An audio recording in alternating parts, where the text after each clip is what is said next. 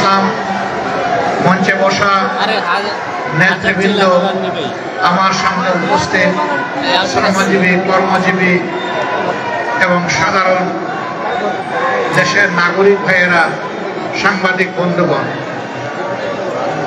আমি মন ভরে বিভিন্ন দায়িত্বশীল নেতৃবৃন্দের বক্তব্য শুনেছি। এর বাইরে এই শ্রমিক দিবসে আমার বলার মতো তেমন কিছু বাকি নেই। কাজেই তাদের সকলের বক্তব্যই আমার বক্তব্য। আর আমি জেনেছিলাম যে 11:30টার ভিতরে এই সমাবেশ সমাপ্ত হবে, কাজেই আমার বক্তব্যের টাইমও শেষ। এখন জাস্ট কাটায় 11:30 বাজে। এখন যদি আয়োজকরা আমাকে 5 মিনিটের বক্তব্যের হায়াত দেয়, তাইলে আমি 5 মিনিট কথা বলতে পারি। আমাকে আগে বলা হয়েছে 11:30টায় শেষ হবে। আমি টাইম মানার পক্ষের মানুষ। ঠিক 11:30 এখন বাজতেছে। আমি কি করবো এখন? কি এখানেই বক্তৃতা শেষ, নাকি 2 কথা বলবো? আমি আপনাদের হুকুম পালন করে 2টি কথা বলবো। আমরা এখানে যা শুনেছি, শ্রমিক এবং কর্মজীবী মানুষ, শুধু শ্রমিক না, শ্রমিকদের বাইরে শ্রমিকের একটা সংজ্ঞা আছে, আবার কর্মজীবীরও আলাদা একটা সংজ্ঞা আছে। এই সকল পর্যায়ের মানুষ বিভিন্ন ক্ষেত্রে তারা নির্যাতিত এবং তাদের ন্যায্য অধিকার থেকে তারা বঞ্চিত।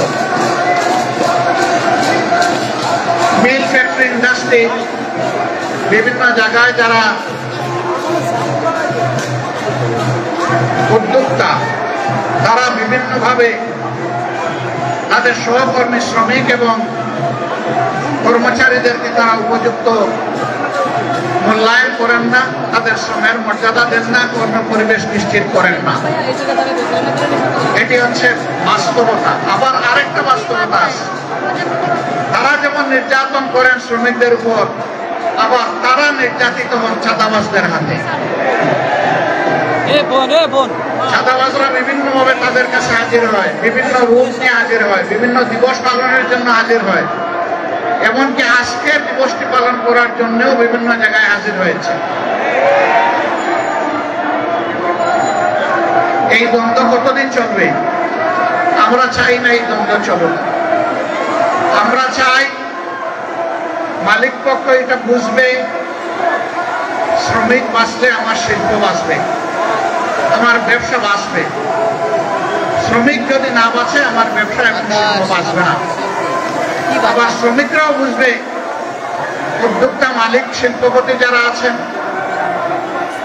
তারা যদি বাঁচে তাইলে আমরাও বাঁচবো। কারণ আমার কর্মস্থলটাই যদি ধ্বংস হয়ে যায়, আমি দাবিটা করবো কার কাছে? এই জন্য উভয় পক্ষেরই এখানে দায় আছে, দায়িত্ব আছে। সত্যিকার অর্থে আমরা যদি একটি টেকসই বাংলাদেশ গড়তে চাই, একটি শান্তির বাংলাদেশ গড়তে চাই, তাহলে সমাজকে হাতে হাত ধরে পরস্পরকে সম্মান এবং ভালোবাসা দিয়ে এই সমাজকে গড়ে তুলতে হবে। যেদিন মালিকরা শ্রমিকদেরকে মন ভরে আদর করবেন এবং সম্মান দিবেন, তারা নিশ্চিত থাকতে পারেন শ্রমিক তার 16 আনার শক্তি উজাড় করে এই মালিকের পাশে থাকবে। আর শ্রমিক যতদিন পর্যন্ত অনুভব করবে যে আমার মালিক তো আমাকে মানুষই মনে করে না, আপনি ধরে নেবেন সেও আপনার শিল্পের সংরক্ষণের দায়িত্ব কিছু মনে করবে না। উভয় পক্ষ আমরা ক্ষতিগ্রস্ত হব।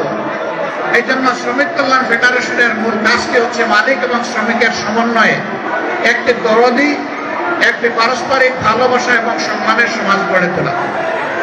আমরা সেই সমাজটাই দেখতে চাই। বাংলাদেশের কর্ম উপযোগী 70% মানুষ হচ্ছেন তারা কর্মজীবী, তারা শ্রমজীবী। 70% মানুষকে উপেক্ষা করে কোন সমাজ সামনের দিকে এগিয়ে যেতে পারবে না। তবে এই যে কাঙ্ক্ষিত সমাজ আমরা যেটা চাই, যে সকলের সমন্বয়ে, সহযোগিতায়, পারস্পরিক বোঝাপড়ায়, সম্মান এবং ভালোবাসার ভিত্তিতে আমরা একটা টেকসই সমাজ গড়ব, সেই সমাজ আল্লাহর কসম, আল্লাহর আইন ছাড়া কোনো কিছু দিয়েই গড়া সম্ভব নয়।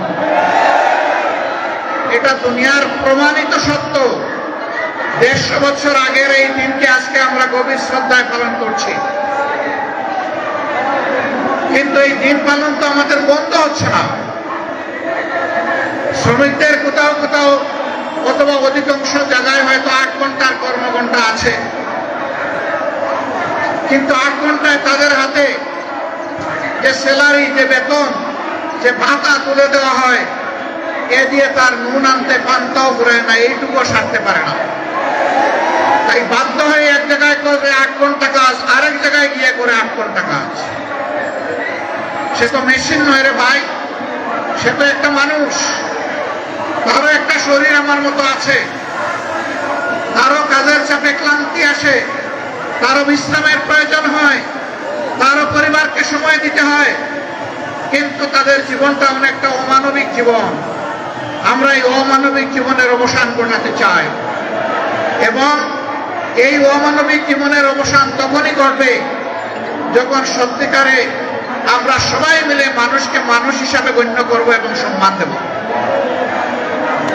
মিল কারখানা, ফ্যাক্টরি, ইন্ডাস্ট্রিতে বেশিরভাগ জায়গায় ছোট্ট হলেও পুরুষদের জন্য এখন নামাজের ব্যবস্থা রাখা হয়, কিন্তু পুরুষদের পাশাপাশি এখন আমাদের নারীরাও কাজ করেন, মায়েরা, বোনেরা, কন্যারা কাজ করেন। তাদের জন্য ওই ধরনের নামাজের কোনো ব্যবস্থা রাখা হয় না। তারাও তো নামাজ পড়তে চায়। যারা নামাজ পড়তে চায় তাদেরকে আমি মালিক পক্ষের কাছে বিনীত অনুরোধ করব, মেহরবানি করে তাদের ইবাদত পালনের আপনারা অংশীদার হন, এই সম্মানটুকু দেখান, তাদেরকে উপযুক্ত জায়গা তৈরি করে দেন। তারা যেন স্বাচ্ছন্দ্যে সেখানে গিয়ে ওয়াক্তের নামাজটা প্রশান্তির সাথে আদায় করতে পারে।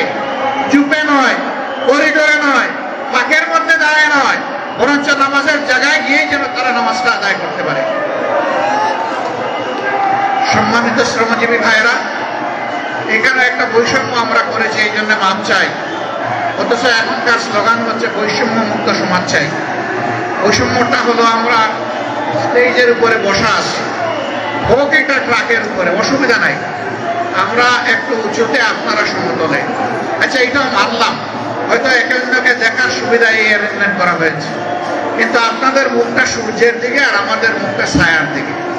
কষ্টটা আপনাদের বেশি হচ্ছে, দীর্ঘক্ষণ ধরে আপনারা বসে আছেন। এখানে হয়তো বা আয়োজকদের এর বাইরে কিছু করার ছিল না। এই অনিচ্ছাকৃত যে বৈষম্য, আশা করি আল্লাহ তাআলা আমাদের ক্ষমা করবেন, আপনারাও ক্ষমা করে দেবেন। শ্রমিকদের প্রতি আমার একটু ভালোবাসা, অন্যরকম অনুভূতি আছে। আমি বিশ্বাস করি, অন্তর থেকে বিশ্বাস করি, শ্রমিকরা রক্ত পানি করা, ঘাম জড়িয়ে যে অর্থ জোগাড় করে, এটা হালাল। সুতরাং তাদের গায়ের ঘামটা আমার কাছে আতরের মতো। আমি যখন কোথাও কোনো শ্রমিকের সংস্পর্শে যাই, কেউ কেউ তাদেরকে হাত মেলানো থেকে বিরত রাখতে চায়, আমি টান দিয়ে বলি, আসো ভাই, তোমার সাথে একটু বুক মিলাই, কারণ তোমার বুকের ঘামটা আমার জন্য আতর, সুগন্ধি, সৌভাগ্যের কারণ, তোমার রুচি হালাল। আল্লাহর হাবিব বলেছেন, ওই সমস্ত গরিব, দুঃখী, মেহনতি মানুষ সচ্ছল মানুষদের চাইতে 500 বছর আগে আল্লাহর জান্নাতে প্রবেশ করবে। আমি কেন তাদেরকে সম্মান করব না, কেন শ্রদ্ধা করব না, কেন ভালোবাসবো না? অবশ্যই আমাদেরকে ভালোবাসতে হবে। আজকের এই স্টেজটা মাশাআল্লাহ শ্রমিকদের দখলে। আমি তো আছি আপনাদের রুহানি সহকর্মী, কিন্তু একদম জিসমানি সহকর্মী হচ্ছেন সেক্রেটারি জেনারেল জামাতে ইসলামী। তিনি শ্রমিক কল্যাণ ফেডারেশনের কেন্দ্রীয় সভাপতি ছিলেন। এরপরে বসা আছেন আমাদের নায়েবে আমিরদের মধ্যে যিনি বয়সে জ্যেষ্ঠ, জনাব অধ্যাপক মুজিবুর রহমান সাহেব, তিনিও আপনাদের কেন্দ্রীয় সভাপতি ছিলেন। এরপরে আরেক নায়েবে আমির, তিনি বর্তমান কেন্দ্রীয় সভাপতি। একজন মাত্র নায়েবে আমির বাকি আছে, ডক্টর সৈয়দ আব্দুল্লাহ মোহাম্মদ তাহের। আমি ভাবতেছি তাকেও কোনদিন নাম দিয়ে আপনারা কেন্দ্রীয় সভাপতি বানায় নেবেন, আর আমার পালা শেষে ইনশাআল্লাহ। কাজেই শ্রমিকদেরকে আমরা কিভাবে মূল্যায়ন করি, এই বিষয়টা আজকের স্টেজে একটা তার প্রতিচ্ছবি। আলহামদুলিল্লাহ, আমরা আসলেই মানুষের মধ্যে কোনো বৈষম্য দেখতে চাই না, এবং মানুষকে তার কর্ম, শ্রম কিংবা শিক্ষা অথবা পেশাগত জীবন দিয়ে আমরা বিবেচনা করতে চাই না। মানুষ আশরাফুল মখলুকাত, দল ধর্মের ঊর্ধ্বে উঠে আমরা মানুষকে সম্মান জানাতে চাই, এবং এরকমই একটা বাংলাদেশ করতে চাই। সেই বাংলাদেশটা আল্লাহর কোরআনের ভিত্তিতেই সম্ভব, রাসূল মুহাম্মদ সাল্লাল্লাহু আলাইহি সাল্লামের মাদানী শাসন ব্যবস্থার মাধ্যমে সম্ভব। বাংলাদেশ জামাতে ইসলামী এই সম্মান এবং শান্তির শাসন ব্যবস্থা কায়েম করার জন্য লড়াই করে যাচ্ছে। এই লড়াইয়ে আপনারা অংশীদার, গর্বিত অংশীদার। আপামর শ্রমিক জনতাকে এর সাথে সম্পৃক্ত করার এই লড়াই আপনাদেরকে অব্যাহত রাখতে হবে। শ্রমিক বোন এবং গৃহকর্মীদের উদ্দেশ্যে আমি একটা কথা বলতে চাই, আমাদের প্রতিপক্ষ আমাদের বিরুদ্ধে অপবাদ ছড়ায়, জামাতে ইসলামী ক্ষমতায় গেলে মহিলাদের আর কোনো কাজ করতে দেবে না, ঘর থেকে বের হতে দেবে না। আমরা আমাদের এই বোনদেরকে নিশ্চয়তা দিচ্ছি, তারা তাদের যোগ্যতা এবং পছন্দ অনুযায়ী কর্মক্ষেত্রে কাজ করবেন। এখন তাদের কোনো সম্মান নাই, তাদের কোনো মর্যাদা নাই এবং তাদের কোনো নিরাপত্তা নাই। সেই রাষ্ট্রে ইনশাআল্লাহ তাদের মর্যাদাও আমরা কায়েম করবো, তাদের নিরাপত্তাও নিশ্চিত করা হবে ইনশাআল্লাহ।